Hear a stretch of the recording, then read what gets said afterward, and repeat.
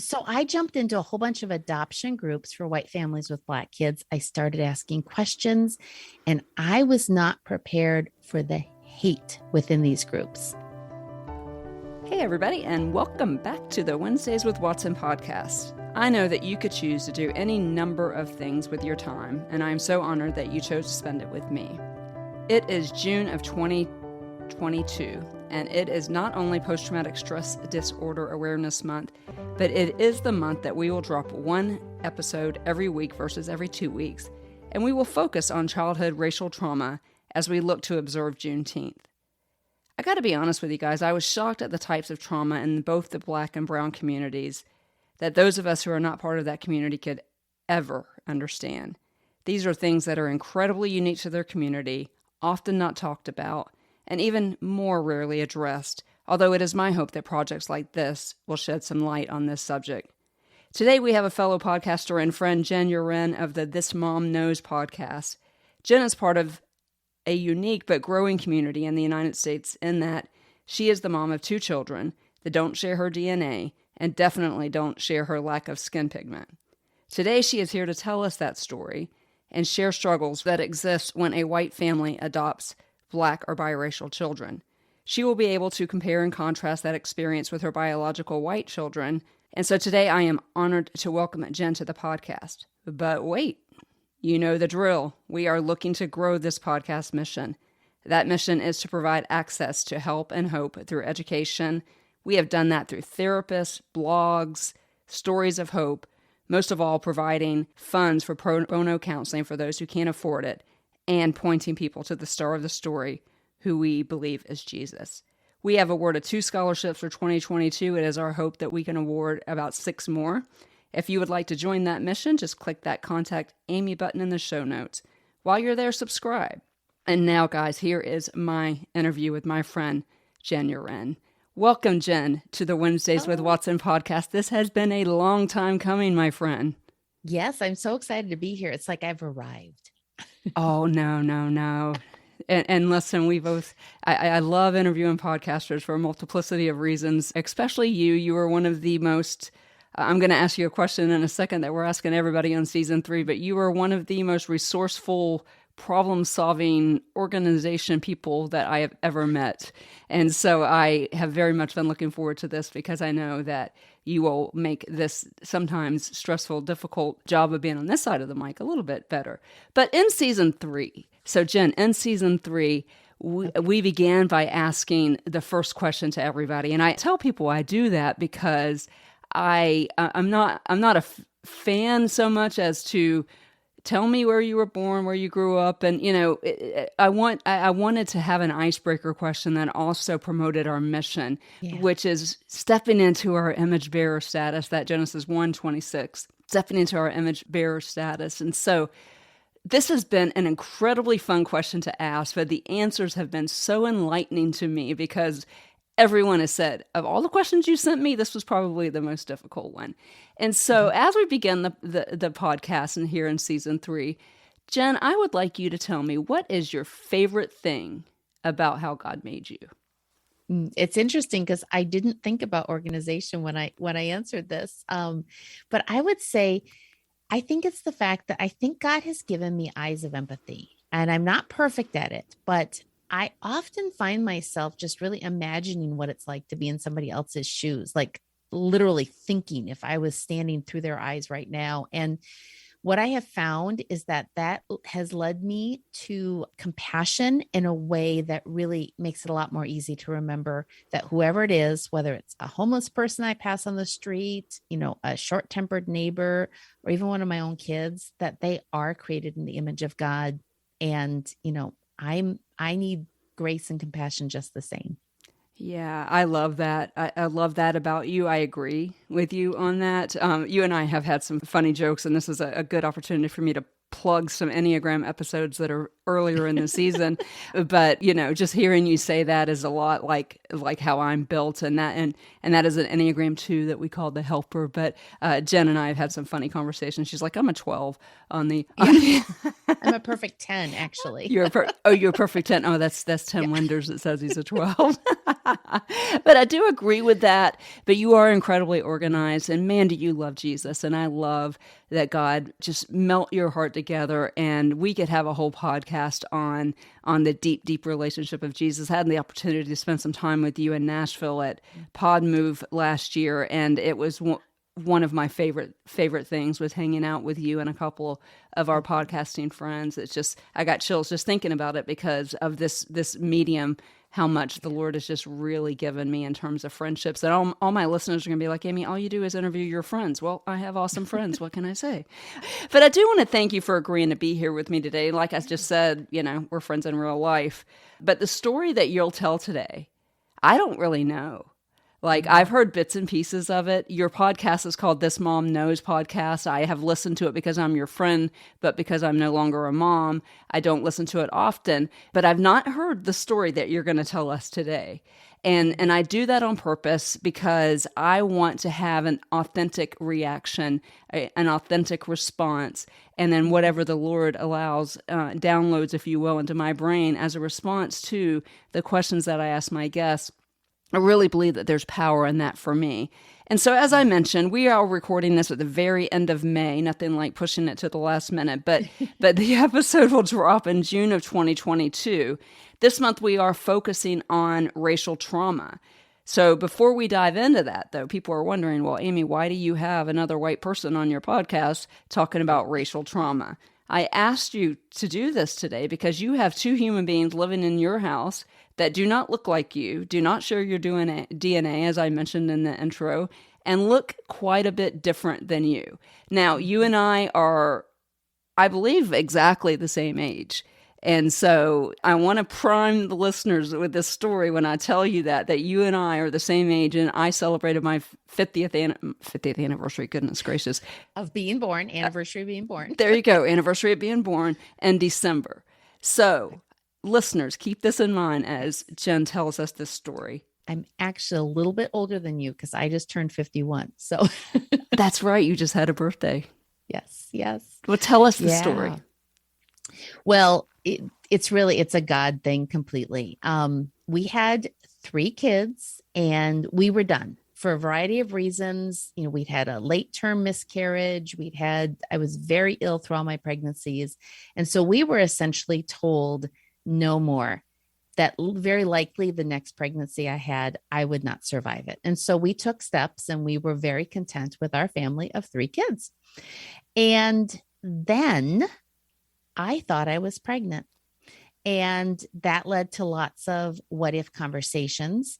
And it got us thinking about what would life look like if we had a baby, how scary it could be, what would we do, just all these things. And then about 3 weeks into thinking maybe, we found out definitively I was not. And we went, whew, bullet dodged. And I said, and I should just not say things, but I remember saying very clearly, well, if I could avoid the pregnancy and the newborn sleepless nights, I would be totally open to another baby. Off the cuff words, life goes on.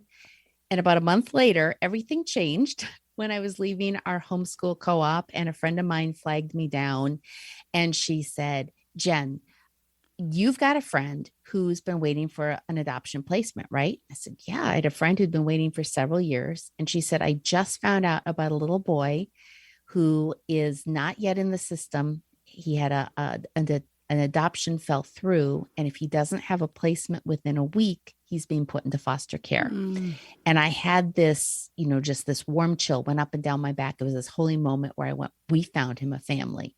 And I went home and I called my friend, and for a whole variety of really legitimate reasons, she had to say no.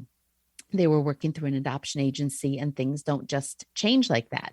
And so my husband called on his way home from work and said, how was your day? And I'm like, well, let me tell you about my day, blah, blah, blah, blah, blah. And he says, what about us? I said, what do you mean, what about us? And he said, well, what about us? Could we adopt him? said, I don't know. So I found out and I was told, yeah, it's completely private placement. So if the parents chose us, then yeah, we could do it. So we said, well, let's go until God closes a door. Never going to happen, right? And then the next day we found out, oh, wait, there's a baby sister and they don't want to separate them. And my husband said, it's never going to happen. It is such a long shot. And of course, we won't separate them. So let's just keep going until God closes the door. So we did. And 2 weeks from the day we found out about the little boy, we met with the birth parents and they signed over guardianship. And 6 months after that, the adoption was completely finalized. It was the fastest adoption I've ever heard of. And we had no idea what we were doing. We were just following until God closed the door, and he never did close the door. So we went almost overnight from 3 kids to 5, and our world turned upside down. Wow. Okay, so let's back up just for a second. Tell our listeners, because again, I want some reference here. What were the ages of your 3 biological children at this time? So at that point, they were 16, 13, and 8. So both of these children are not Caucasian, is that correct? Correct, but they are full siblings. They're full siblings. And are they biracial? Yeah. So a Black parent and a white parent. So yeah, they're mixed. Okay. Which brings a whole other conversation into it. How old was the little boy when he came into your home? He was 17 months old and the baby sister was 8 months old. They are only 9 months apart. Wow. And I will tell you, just as someone who does a lot of research into trauma and to childhood trauma, and particularly as I've been focusing on this season, I am so grateful that you got them that young. Now, the little boy would have had some of his experiences really maybe stunt, if you will, or affect him. But when you can get a newborn like that without bringing trauma into the situation, they're going to feel some of that later in terms of abandonment and stuff like that. But let's talk about that. So you bring these children into your home. How long ago was this? So this was 5.5 years ago that they joined us, November of 2016. So they are like in kindergarten and first grade, or first grade and second grade respectively now? They're both in kindergarten. We actually held, our son has a summer birthday, so we held him back. So they're both kindergartners this year, but he'll be 7 in June and she just turned 6. Okay, gotcha. And to your knowledge, were there traumatic events in that home that necessitated that parent giving the child up? And can you talk to us a little bit about that? Yeah. So they both experienced trauma, but in different ways. Obviously, they both had the trauma of simply being separated from birth mom. But our daughter was also a micro preemie. She was born at 24 weeks. She was 1 pound, 13 ounces. And so that's another trauma in and of itself.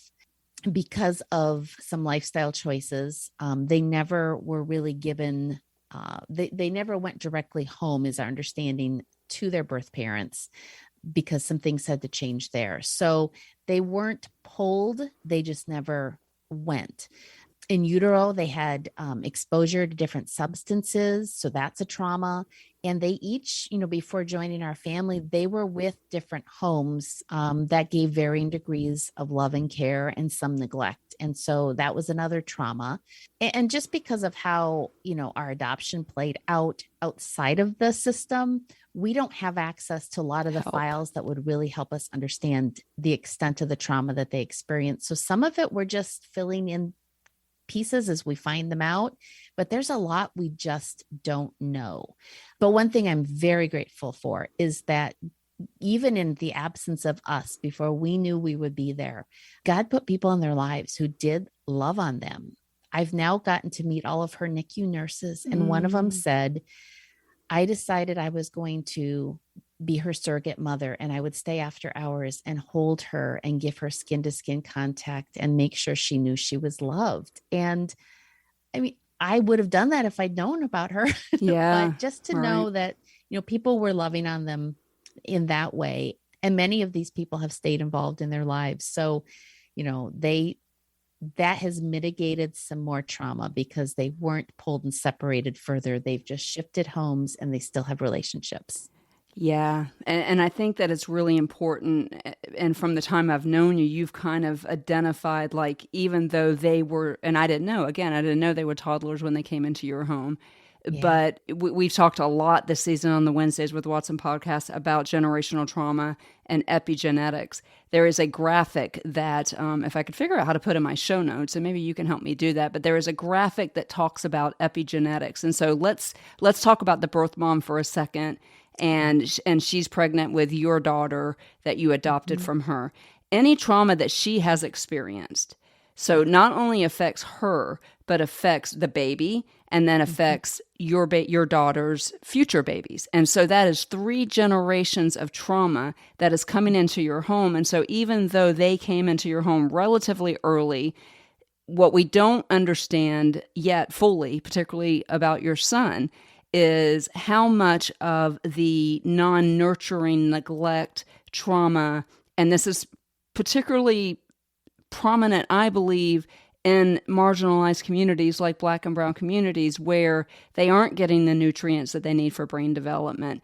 Whether we like it or not, Black and Brown communities have a higher incidence of drug abuse while pregnant. They have less access, some of them anyway, particularly in situations like this. I'm not stereotyping the Black and Brown communities, but if an adoption was necessitated, that meant there were some things missing for the development of that child.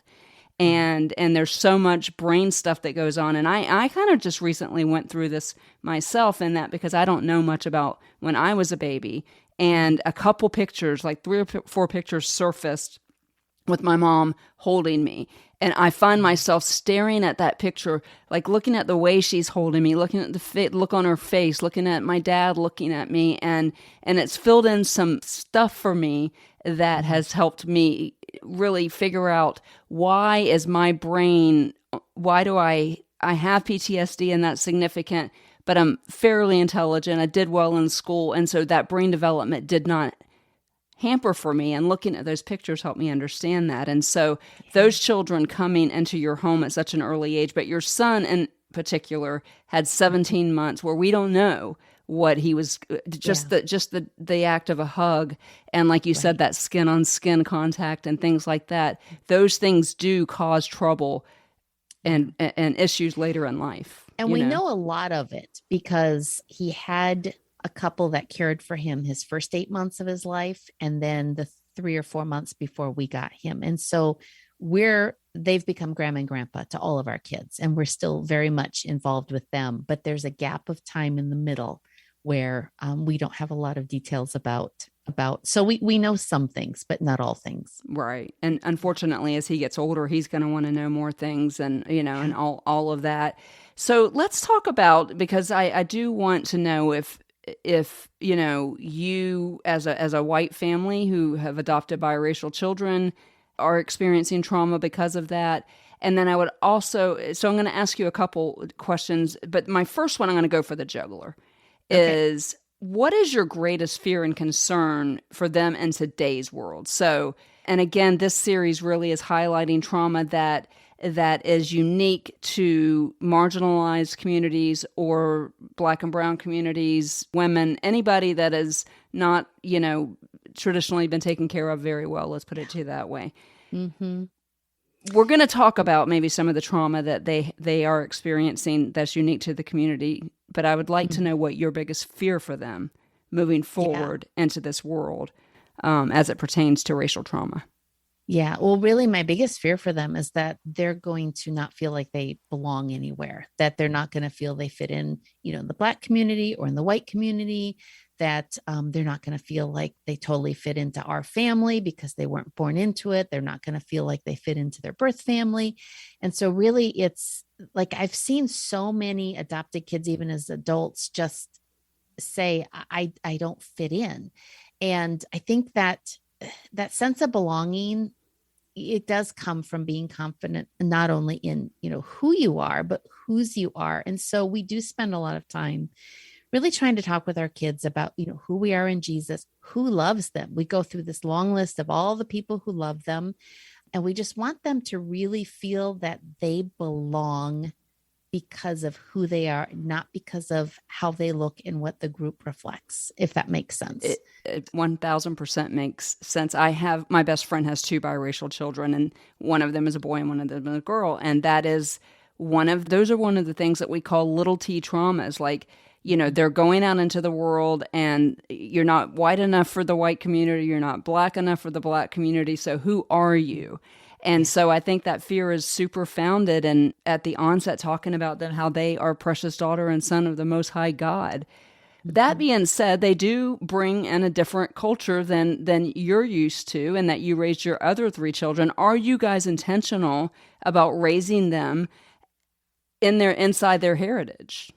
Yeah. So that's an interesting one that we've had to wrestle through. And so this is a little bit of a longer answer, but at the time of their adoption, our next door neighbors and our dear friends were a Haitian family, and mom and dad had lived in Haiti during their formative years and their daughters never had. And so I began to kind of observe, even before the adoption, that there was a distinct difference between their culture and their heritage. And so the culture that mom and dad experienced and grew up in is vastly different from the culture that the girls experienced living in the States. And they would never have the same cultural experience. But they had a shared heritage, one that they often invited us to experience as well, which was really cool. So, by the way, if you're ever invited for New Year's Day to a Haitian family, because that's their Independence Day, the tradition is to eat this soup jamu, which I'm saying wrong, all day long, and it is delicious. So do it if you can. Yeah, for real. But I noticed this difference. And so that was just an interesting thing that we would think about a lot. And so when the adoption came along, we started thinking about the difference between culture and heritage. And our kids' ethnic background is Caribbean. But another thing was that because everything unfolded in our adoption so fast, we didn't have preparation that a lot of other families do. We didn't go through courses and training. We didn't do a lot of stuff. We just jumped in. And for me, that was a blessing, because if I'd had expectations and they weren't met, it would have frustrated me. So with no expectations, I just went with the flow, which I'm not a go with the flow person. So that was pretty amazing. So I jumped into a whole bunch of adoption groups for white families with Black kids. I started asking questions, and I was not prepared for the hate within these groups. It was really bad. I was told things like I had a moral obligation to move to a predominantly Black neighborhood so my kids wouldn't be tainted by my whiteness. And if I said, well, what about my older kids? I was told they're white. They don't count. I pressed further, and I was basically told that the color of my kids' skin should determine how I raised them, which that bothered me. Another time I was talking about the secondary trauma that our older kids had experienced and the losses that we had to grieve as a family, even through the joy of these babies. And I was asked, well, what loss could we have possibly experienced? And I went with a short list, and I was told, I never once considered a white woman could experience loss. Like, I'm a person, right? Right. And I found a lot of this really, really troubling, because it felt like it muddied the waters of race and ethnicity instead of making anything clearer. So I felt like I was being encouraged to either be a racist parent, judging and treating my kids differently because of their skin color, or I needed to apologize for who God had made me to be as a white woman. And it just didn't feel biblical to me. And then I found a group called the Center for Biblical Unity, and that has been an amazing resource for navigating life as a multi-ethnic family. I don't feel like I need to apologize for being who I am. I don't feel like I need to apologize for who my kids are. We definitely have to make some changes. We are not naive to reality. We know that they're viewed differently because their skin is brown and ours is white. We recently moved to Indiana, and we were very aware to make sure we did not move somewhere where they wouldn't see people like them. We have been so blessed by a community here with families that look like ours, white parents and Black kids, but also kids that look like them. Lots of families with one white parent, one Black parent. And so by being surrounded by and building these relationships with families, we have a community where we can ask the hard questions, seek out advice, see things with empathy, and not feel gross for being who we are and answering God's call. And I know you'd mentioned in the questions you sent me about hair. And I have to tell you, I had so much to learn about doing their hair. I asked a lot of questions. And of course, being task oriented, I always was asking, how long does that take? How long should I allow? And I was being just really practical because I didn't want to like be, okay, we leave the house in 10 minutes. Oh, this is going to take an hour. I wanted to make sure I could, fit it into the routine. And I remember one very kind woman messaged me and she said, I noticed that you keep asking about time, which I understand because, you don't want a lengthy process to start when you can't finish it. But she said, instead of looking at their hair as a task, I would encourage you to look at it as relational. It's time you spend with your child. It's tender. It's a time to connect. And that really changed a lot of my approach, not just to their hair, but to lots of things. And I think it really focuses on the heart of what the whole issue is, and that's relationship.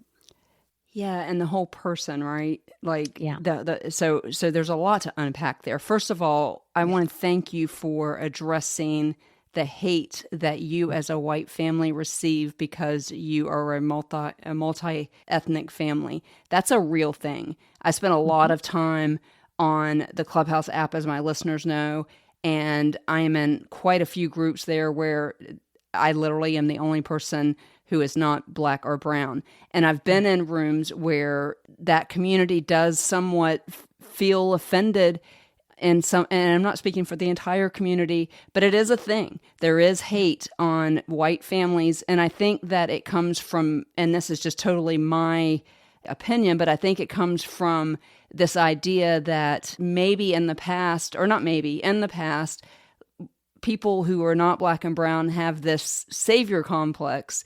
And I think that sometimes when Black and brown communities see white families adopt children who are biracial or Black, regardless of from where that heritage came from. And I think that's an important component too that I want to unpack in just a second. And so I'm really glad that you articulated that, because it is my hope that I will have some people who feel like that, like, why aren't we letting Black families adopt Black kids?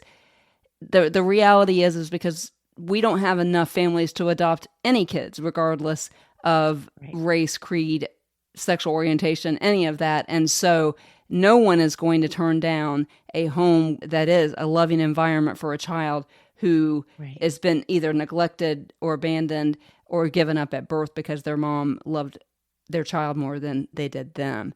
And so I really, really appreciate you bringing that up. The second thing I wanted to bring up, because my question when I asked you is, are you raising them as if they are Black and or biracial? And again, I did not know what your answer to that question is.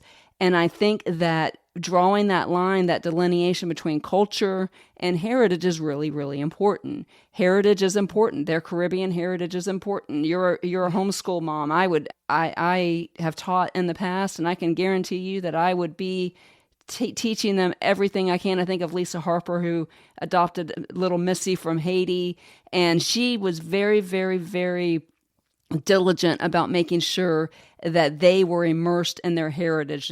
She takes them back to Haiti, and look, who doesn't want to go to the Caribbean? So hopefully down the road, but yeah, immersing them in their heritage, very different than culture, right? Yeah. So you brought up the hair analogy, and the episode should air before yours, where I asked two women who are of the Black and brown community, tell me a trauma that has happened to you that wouldn't happen to me. And both of them said hair trauma. And they talked about things from having their scalp burned to kids yelling and screaming them at school and picking on them and calling their hair nappy and wanting to touch their hair and all of the things.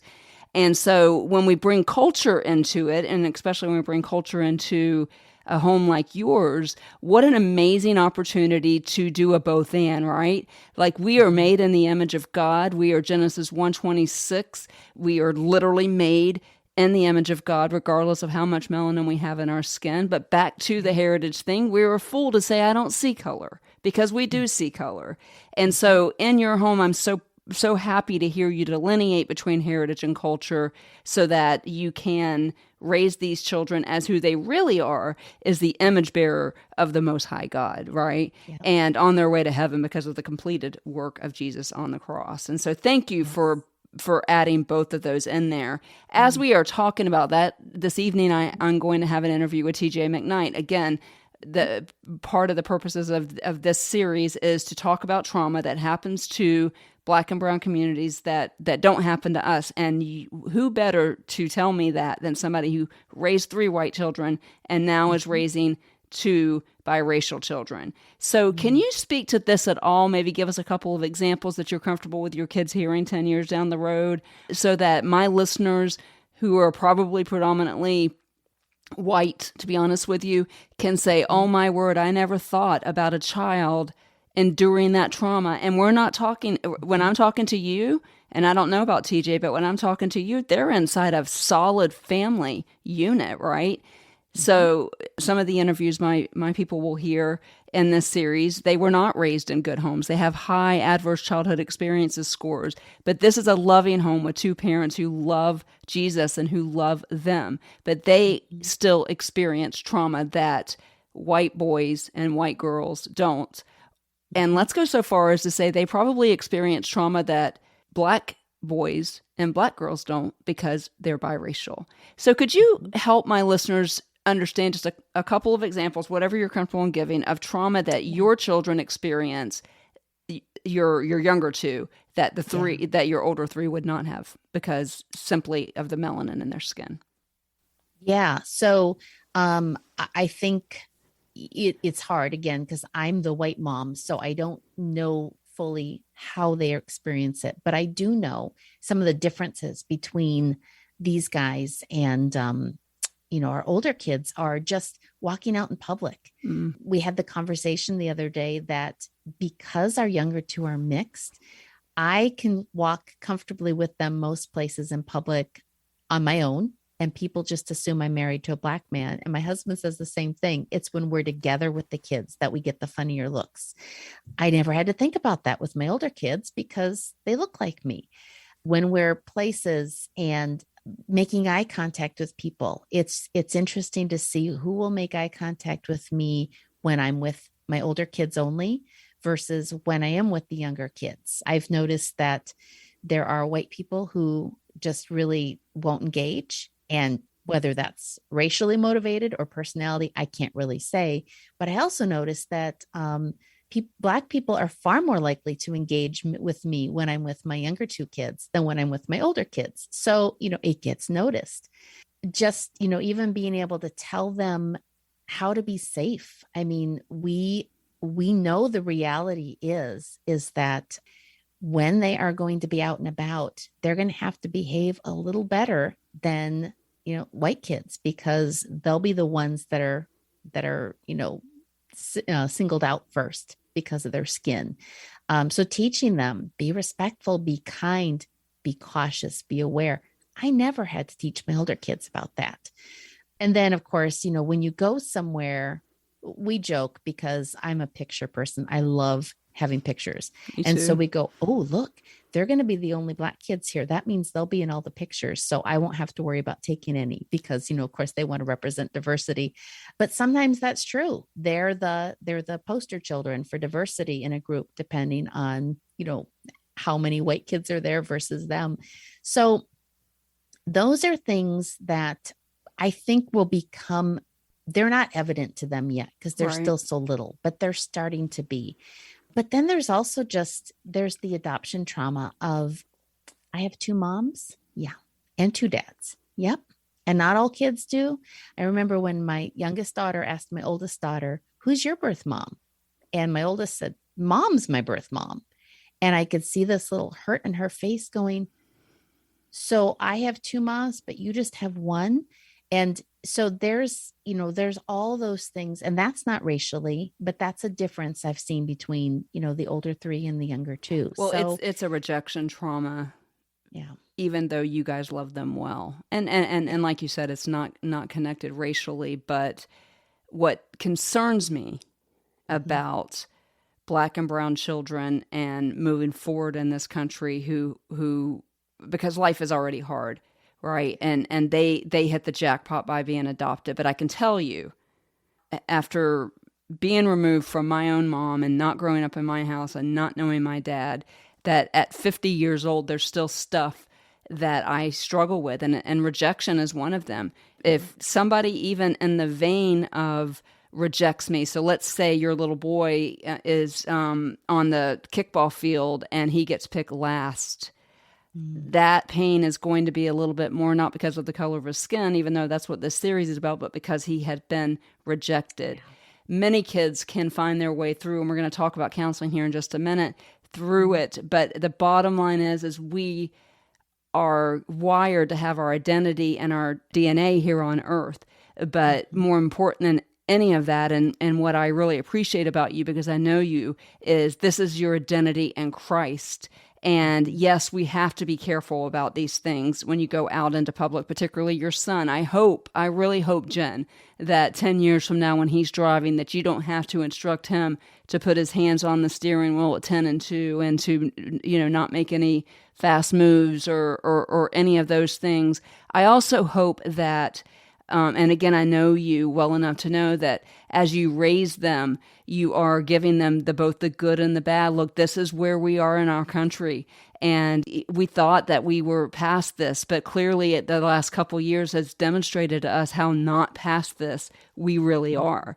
And that there are people out there that, will judge them based on the color of their skin. And that in and itself is another rejection trauma. And I think indicative of being adopted. Do you see any of that play out now in either one of them that you could connect to the adoption and or the rejection or the color of their skin? No, and let me tell you, I want to tell you something that we did. My husband, this was his wisdom. I think it was brilliant, but it was very important to the birth parents that we sign an agreement, an open adoption agreement. And the state we adopted in, they're not legally enforceable, but you can sign them. And so our lawyer sent over a document. And my husband looked at it. He said, "We're not doing this." And he rewrote the whole thing as a love letter to the two children from the four parents. And so we promise this, we ask you, it is the most, it still brings me to tears. I got chills. Beautiful thing. I 1000% got chills. And we are in regular contact with both birth parents. We recognize in many ways we have a platinum package when it comes to this. And so they will struggle with rejection and questions and those things. But we have worked very hard to build a strong foundation that's built on you were placed and not taken. You were loved and not rejected. We've tried really hard. And other than that one moment where I saw that pain in her eyes of, I have two moms, we haven't really had a lot of those issues because they know all four of us and they know we all love them. I can't stress to you enough how important that is to continue. Yeah.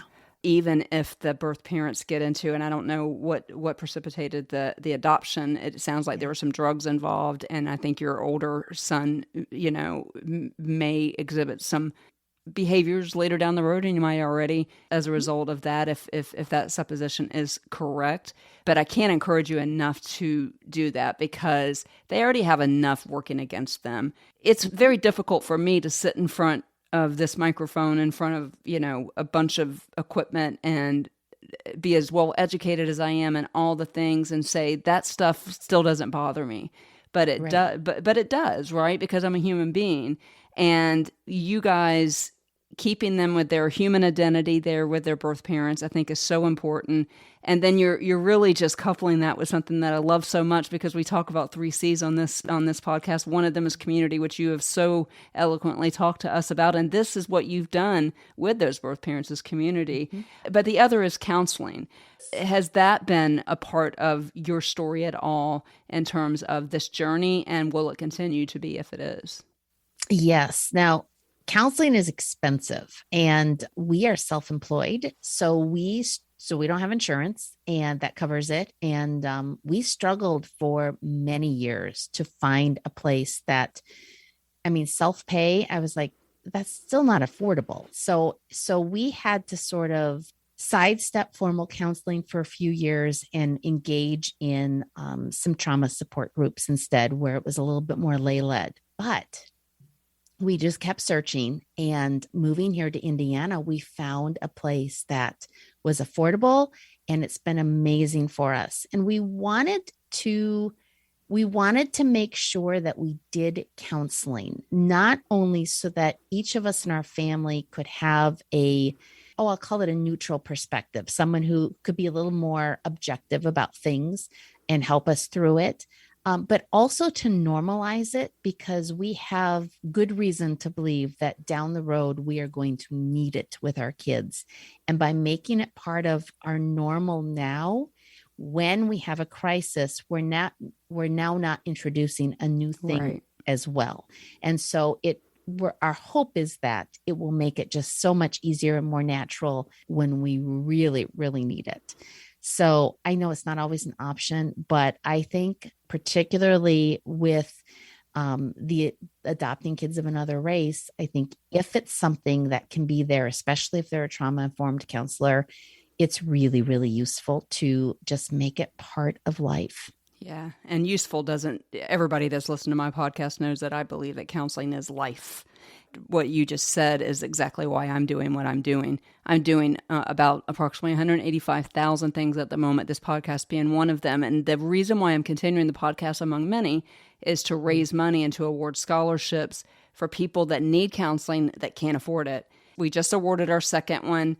And so listeners, again, as I said at the beginning of the show, if you're interested in joining us in that, because Jenn is so right, access to counseling changes it. Access to counseling changed my life. It probably even saved my life. And so it is my goal. When I turn 50 years old, and I don't know whether I've actually said this publicly or not, but when I turn 50 years old, I said to the Lord, I want to raise $1 million by the time I die for pro bono counseling. Now, we got approximately $999,000 to go before we do that. But it just is something that's super important to me, because I believe that I wouldn't be here where I am today had I not had community, which we've talked about here today, counseling, which I'm still in.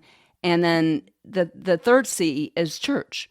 I would love to know how your church. So you just moved to Indiana, so you may not be able to speak for your church now, but I know that you were, I think anyway, that you were pretty involved in your church in the Chicagoland area. Yeah. Talk to us about how your church supported you in this endeavor as you guys continued down that road.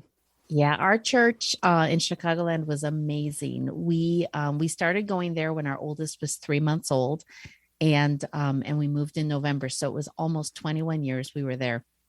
And so when this happened, it was a small church. And when we had the adoption, they simply said, send a link to an Amazon wish list, because we had nothing. And suddenly we needed everything, pretty much overnight. And they provided us with meals. They provided us with all the things we needed. They did a diaper baby shower for us. I didn't have to buy diapers for a year because they gave us so many. So they really surrounded us in some very practical and tangible ways. So we felt that love and support. And the church was really close to a seminary. So we had a lot of international cultural diversity at the church because of that. So that was good. So our kids, even in this small church, they were playing with, little girls from Africa and, kids from India and all this. So that was a really neat thing as well. But that was something that, we looked for in our new church when we moved, was still that diversity. And we've been really thankful. We jumped right into a church. This is the great thing about COVID, is that so many churches went to online services that we were able to church shop before we moved here, so we could just jump right in once we got here. And we found an amazing church, and they had just started pre-COVID an adoption and trauma support group that we found out about. And so we've been able to jump right in with great support here. And we're grateful, because that doesn't happen everywhere. Yeah. That does not happen everywhere. But if it's not already something that's offered, sometimes the solutions It's to come start because it. we have a need. So start it. Amen. That you and I are in lockstep when it comes to that. That's why I started this podcast. There was nothing authentic on mental health. There was nothing authentic on PTSD, and so I started it without even thinking about it. And so the church is so important. I know my church does this amazing thing, and they've done for probably a decade now. But they partnered with a foster care agency in the area, and that foster care agency comes and teaches classes at the church, and families take those classes, get certified by the state of Florida, bring in these foster care children, and many of them have been adopted because of that. And so, again, I can't stress the importance of the 3 C's. This is episode 64, 65, community, church, counseling, and most importantly, and this is going to be such a Captain Obvious question, but it is one I try to ask on every single episode, is that Jesus is the star of my story. Is he the star of your story? Yeah, 100%. And, you had mentioned this earlier. This isn't a story of rescue where we swept in as white parents saving Black babies. Right. It's a story of redemption. It's how God used losses of our own to prepare our hearts, how families are being restored, even though they don't look traditional, and how God loves each and every one of us because he made us. And it's not our circumstances, our choices, our achievements. He's the only reason that we had the courage, the energy, the support to even say yes without hesitation. And circling back to my age, my friends have grandkids and I have children. So let me tell you, it's exhausting. And that, I think, is going to happen to you at some point. You'll be both a grandmother and, because so if you're 18-year-old 5 years ago, I'm doing that math, that's 22 or 23. And so, yeah, I think you're going to share that duality title, if you will, which is hilarious. You don't look like a grandma for sure. Well, here's the thing. I love to give the microphone, especially to podcasters, at the end of the show. Do you have any advice? And you've given a ton of advice, but anything that we haven't already mentioned here, advice for families who have adopted outside of their race? Yeah, I would say be a good listener, but pray for discernment in the voices and the messages that you choose to let take root. Always, always hold it up to the filter of scripture so that you can instill truth and not just what's popular. Right. Philippians 4:8 is one of my favorite filters on that. It's just if you pretend like the thought and the way you love your children and the way you do your life, you're sifting shells at the beach and only the good stuff comes through. And there's 8 of those in Philippians 4:8, good, right, noble, praiseworthy, good report. If there be any virtue, there be any praise, think on these things. I think that's such great, great advice. Well, you're truly one of my heroes as someone who did grow up in the foster care system. Now, I did get fortunate and I didn't get put in the actual official foster care system, but I was in foster care.